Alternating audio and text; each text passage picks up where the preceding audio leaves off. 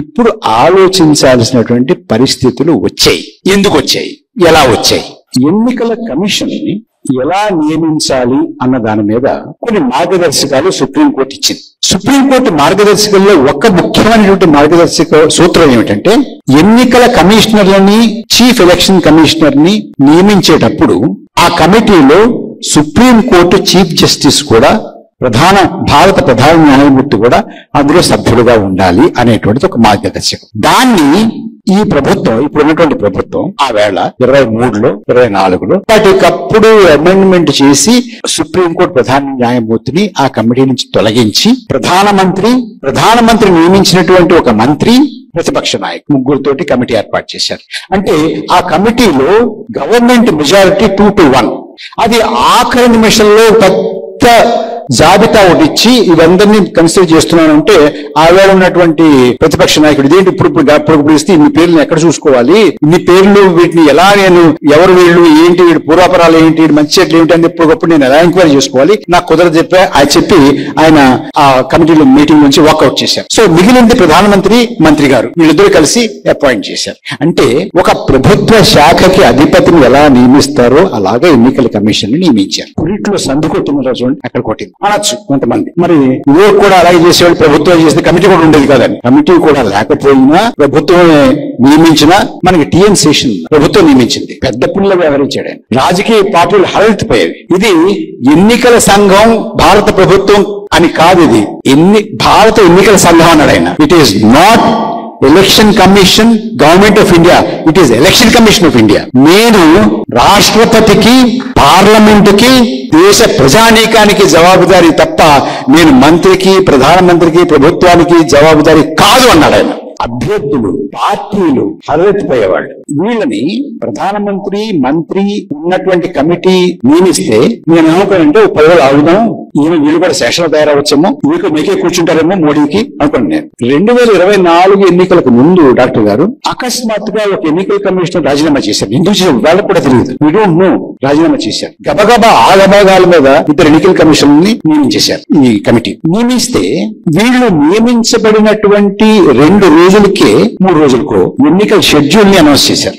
7 దశలుగా ఎన్నికల షెడ్యూల్ ని, పోలింగ్ ఇక్కడ 3 ఫేజులు, ఇక్కడ 4 ఫేజులు, ఇక్కడ 5 ఫేజులు, ఇక్కడ 6 ఫేజులు, ఈ రాష్ట్రంలో 7 ఫేజులు, పెద్ద ఒక్కొక్క రాష్ట్రంలో ఒక ఫేజ్ లో 3, ఒక ఫేజ్ లో 4, ఒక ఫేజ్ లో 5, ఒక ఫేజ్ లో 6, ఒక ఫేజ్ లో 7 ఇట్లా చేశారు. ఎంత పెద్ద ఎక్సర్సైజ్ అంటే 24 గంటలు 48 గంటల్లో మానవ మాత్రుడు ఎవరూ చేయలేరండి. ఒకవేళ అంత హై ఐక్యూ ఉన్నవాడు అక్కడ కూర్చుని చేసేదని తెలియదు. కానీ నాలాంటి వాడికి ఎలాంటి అనుమానం కలుగుతుందంటే, ఇది ఎవరో అప్పటికే తయారు చేసి వీళ్ళకి ఇచ్చి చదవండి అన్నాడు అనిపిస్తోంది తప్ప అప్పుడు చిన్న అనుమానం వచ్చింది నాకు.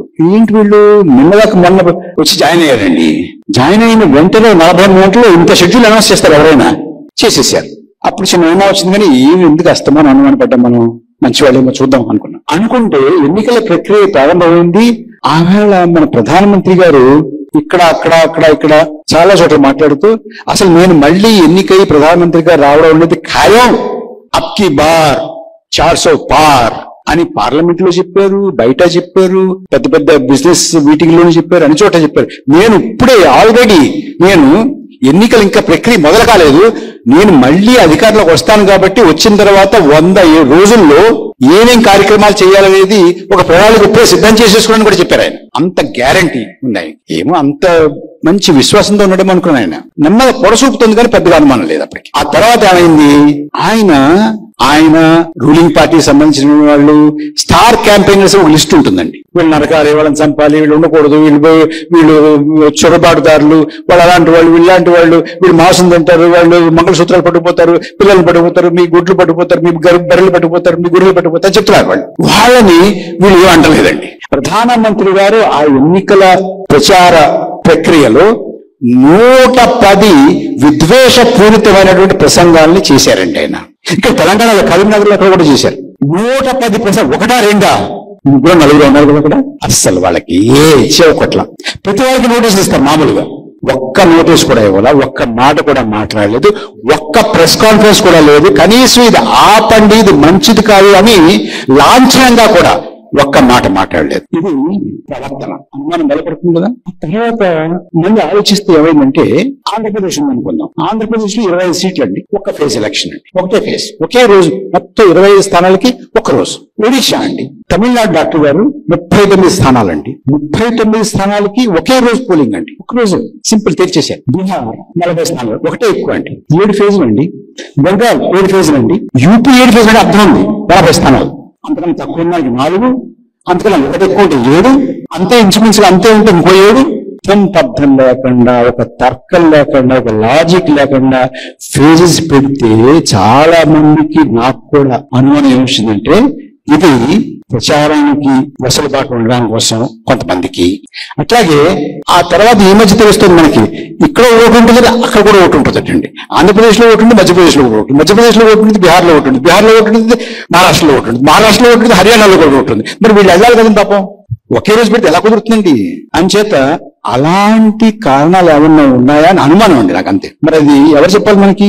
ఎలక్షన్ కమిషన్ చెప్పాలి. మాట్లాడేవాడు ఇందాక డాక్టర్ గారు చెప్పారండి, మాలాంటి వాళ్ళని, నేను ఒక్కడే కాదు చాలా మంది కంఠ శోష, చెప్పండి చెప్పండి చెప్పండి చెప్పండి మాట్లాడేవాడు.